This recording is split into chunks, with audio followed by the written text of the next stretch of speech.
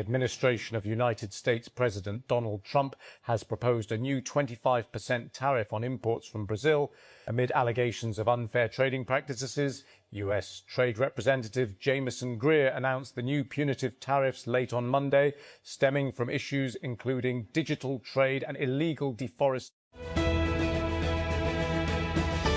Getting a visa can be expensive, frustrating, and for many people, unsuccessful. So what happens when governments outsource that process to private companies?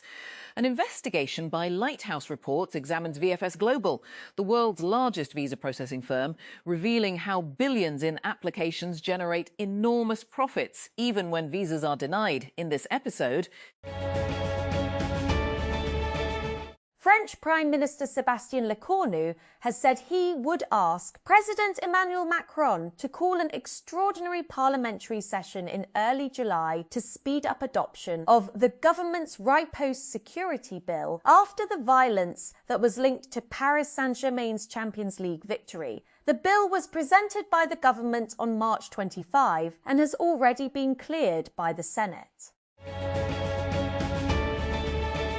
United States Secretary of State Marco Rubio has said Iran's supreme leader Mojtaba Khamenei appears to be taking a more active role as negotiations between the two countries continue following an April 8th truce.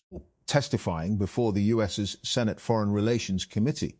On Tuesday, Rubio said there are signs that Mojtaba Khamenei, who has not been seen publicly since US airstrikes killed his father and predecessor on the first day of the war, is alive and more deeply engaged in the country's affairs.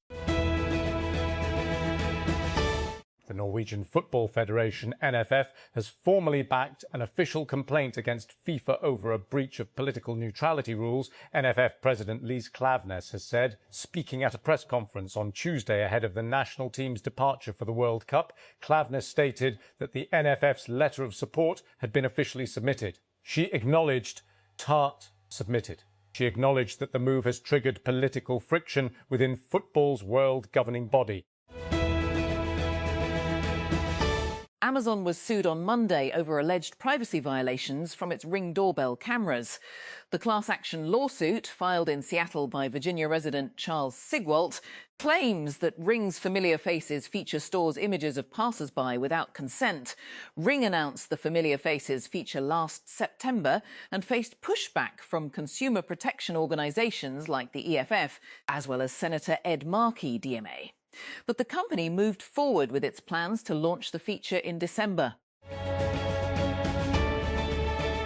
As AI agents grow ever more capable, enterprises racing to put them to work across applications, workflows and products face a new challenge. Ensuring an agent does what it's supposed to do when it's deployed across different environments, Congress are trying to solve this problem with a new open source standard called Agent Control Specification, or ACS, that aims to give developers a more consistent and granular way to control what AI agents are allowed to do. Google announced on Tuesday that Android is launching fake call detection to protect against AI deepfake impersonation scams. The feature is rolling out globally in Phone by Google to Android 12 Plus devices this month, starting with Pixel devices. As people increasingly refuse to answer calls from unknown numbers, scammers are shifting their tactics by spoofing trusted phone numbers and using AI deep technology to sound like authority figures, family members, or employers. Before Zach Eakin sold investors on his new startup, he practiced on Palmer Luckey when he left Luckey's defence startup Anduril in 2024 to start a new composites company called Layup Parts. Luckey, along with co-founders Brian Schimpf and Matt Grimm, let him workshop the pitch. In the first weeks of 2026, OpenClaw spread through the AI world like a sonic boom, introducing many of the industry's most ambitious technologists to the joy and chaos of an unrestrained AI agent. The project's momentum tailed off after OpenAI scooped up its founder, but the influence is still being felt. Particularly at Microsoft today, Microsoft is launching Scout, a new AI assistant meant to bring the power and flexibility of OpenClaw into the Microsoft 365 system. Built on the OpenClaw framework, Scout is an always-on agentic assistant designed to work alongside the user with a persistent identity and style. Users name their own Scout instance. In my demo, it was named Sebastian, and are meant to give it ongoing feedback on tasks that could be automated. Deputy Prime Minister, Foreign Minister, Senator Mohammed Ishaq Dar chaired a meeting of the Committee for Monitoring and Implementation of Austerity Measures at the Ministry of Foreign Affairs. The revised business and market operating hours were approved in view of extended daylight and rising summer temperatures. The committee reviewed ongoing austerity-related measures and decided to extend closing timings for key commercial sectors to ease public activity during peak summer conditions. Islamabad, 4 PTI leaders, including the party's general secretary, were expelled from Gilgit-Baltistan while local leaders were detained on Tuesday. General elections in GB are scheduled for Sunday, June 7, after a 4-month delay attributed to harsh winter weather. United Nations. Bangladesh's Foreign Minister Khalila Rahman was elected President of the United Nations General Assembly, UNGA, for its 81st session 2026-27 on Tuesday, defeating Cyprus's candidate Andreas S. Koukouris in a tightly fought vote that underscores the continuing importance of regional consensus building within the global body. Rahman secured 99 votes in the 193-member NGA, while Koukouris received 91 votes. There were no abstentions. The required majority for the election was 96 votes. Israel continued its attacks in southern Lebanon on Tuesday, but did not strike Beirut following a partial ceasefire agreement with the Iran-backed armed group Hezbollah. Lebanon said that, under an agreement announced by US President Donald Trump late on Monday, Israeli forces would not bomb the capital in exchange for Hezbollah not attacking Israel. A strategically important stretch of Arctic Ocean, known as the Bear Gap, has become the latest focus of concerns about Russia's military ambitions in the far north.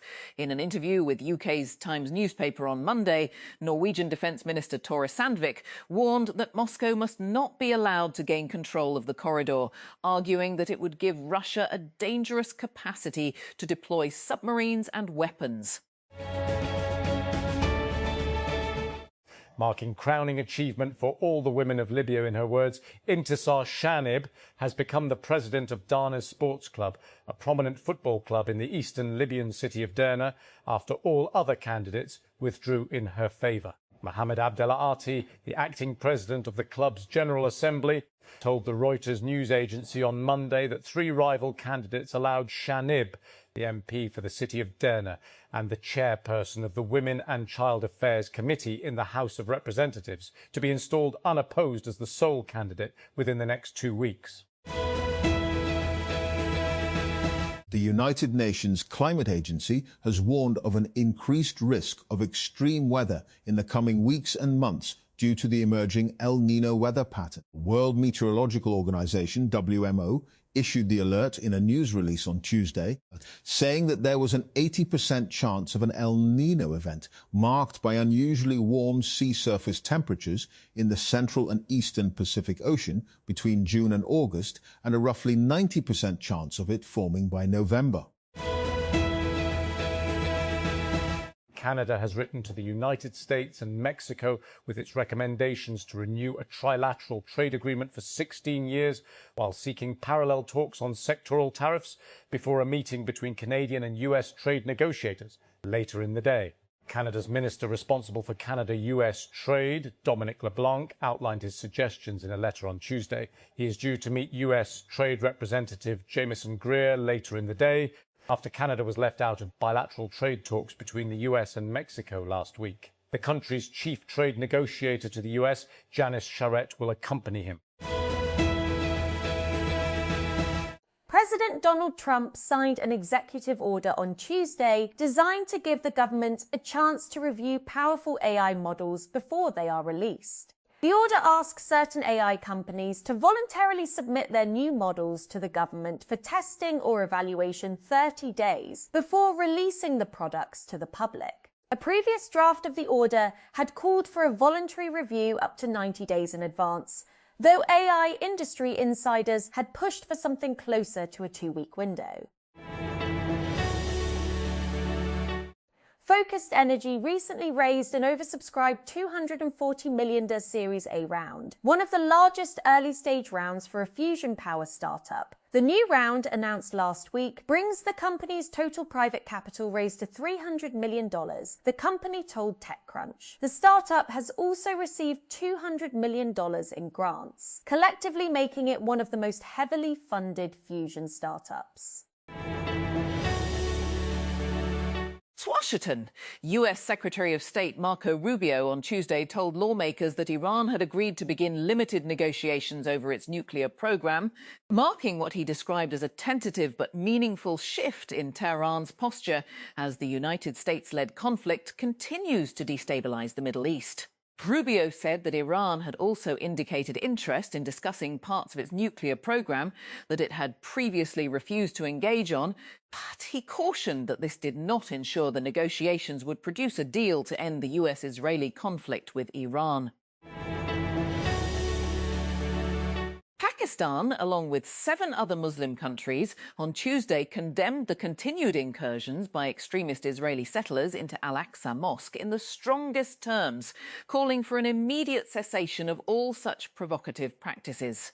According to a joint statement released by the Foreign Office, the foreign ministers of Pakistan, Egypt, Turkey, Indonesia, Jordan, Saudi Arabia, Qatar and the United Arab Emirates condemned in the strongest terms the continued incursions by extremist Israeli settlers into Al-Aqsa Mosque under the protection of the Israeli forces, as well as the raising of the Israeli flag within its courtyards. Security forces killed 17 terrorists during intelligence-based operations, IBOs, in different districts of Balochistan following the suicide car bomb attack against a shuttle train in Quetta, said a statement released by the Inter-Services Public Relations, ISPAR, on Tuesday. At least 14 people were killed and 20 others were injured in the incident, which took place on May 24. A British couple jailed in Iran on espionage charges have lost an appeal against their 10-year sentence. According to their family, Lindsay and Craig Foreman were arrested in January 2025 while passing through Iran on a round-the-world motorcycle trip.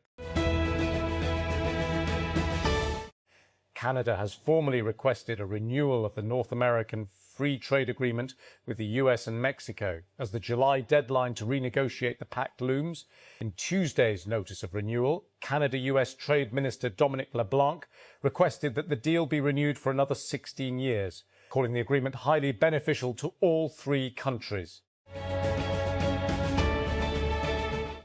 When I reach out to the self-proclaimed open-source baddie CC for an interview, I'm pretty sure she's emailing me back from a pink mermaid purse. She tells me about her seashell cyberdeck. It's a Tamagotchi. It's also an e-reader. It's networked to my vault and my servers, so it has access to all of my server data, which has all my PDFs and books and notes and everything. It's also connected to my local AI setup at home. Password manager maker Dashlane says hackers have obtained at least a dozen encrypted vaults used for storing customer passwords during a weekend cyber attack. The company said on its website that hackers brute forced the company's 2-factor authentication system, granting the hackers access to about 20 customer accounts.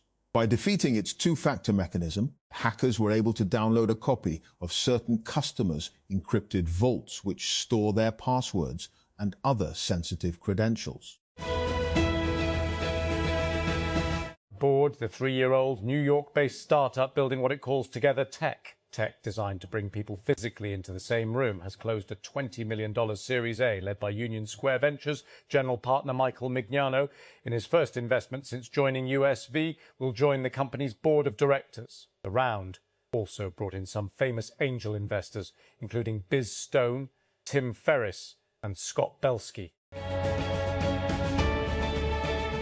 OpenAI is getting serious about courting enterprise users. On Tuesday, the AI Lab released a new set of capabilities for Codex, meant to expand the agentic tools users in the workplace. Together with the new tools, the company released an internal report on how Codex is being used for knowledge work, finding its uses go far beyond software engineering. WhatsApp is developing a new scam alert feature that will warn users when a message from an unknown contact appears to be suspicious. The feature was found in WhatsApp beta for Android 2.26.22.2 and is still under development. The feature is designed to work entirely on the user's device, meaning WhatsApp will not send message content to external servers for analysis. This keeps the feature compatible with end-to-end encryption.